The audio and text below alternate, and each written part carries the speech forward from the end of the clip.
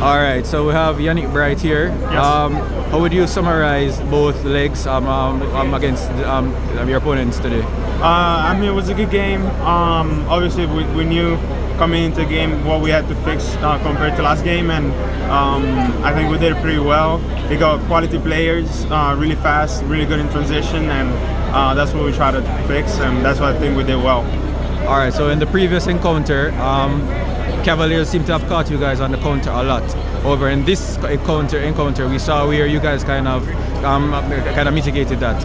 Is there anything that you guys did differently or prepared differently? Just defending the transition moment, like I said, putting players where in strategically positions, I would say, where they would stop the counters, and I think the whole team did it well. So I'm glad for that. Last question over there. What was your main impression of the atmosphere inside the National Stadium? It was almost packed to capacity, and there were loud roars throughout the game. What were your impressions of the reception of the Jamaican fans? It was really nice. Like I said earlier, from the hotel to here, every single person was really great and really welcoming, especially. And I had a great time. I love the vibes. I love the city. I love everything. So all right, I had a great time. All right. One more question.